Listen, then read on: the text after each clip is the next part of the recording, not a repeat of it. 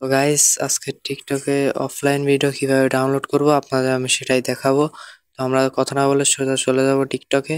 তো টিকটকে যাওয়ার পর আমাদের প্রোফাইলে যেই ইটা আছে আমাদের প্রোফাইলে চলে যাব। তো তারপরে এখান থেকে আমরা দেখতে পাচ্ছি এখানে থ্রি ডট আছে, তো আমরা এই থ্রি ডটে ক্লিক করে দিব। থ্রি ডটে ক্লিক করে দেওয়ার পর এখানে আমাদের একটা ইন্টারফেস শো করবে যেখানে লেখা থাকবে সেটিং অ্যান্ড প্রাইভেসি। তো এই যে দেখতে পাচ্ছেন সেটিং অ্যান্ড প্রাইভেসি, এখানে ক্লিক করে দিব। ক্লিক করে দেওয়ার পর আমাদের এখানে ইন্টারফেস শো করবে। তো তারপর আমরা একটু নিচে চলে যাব।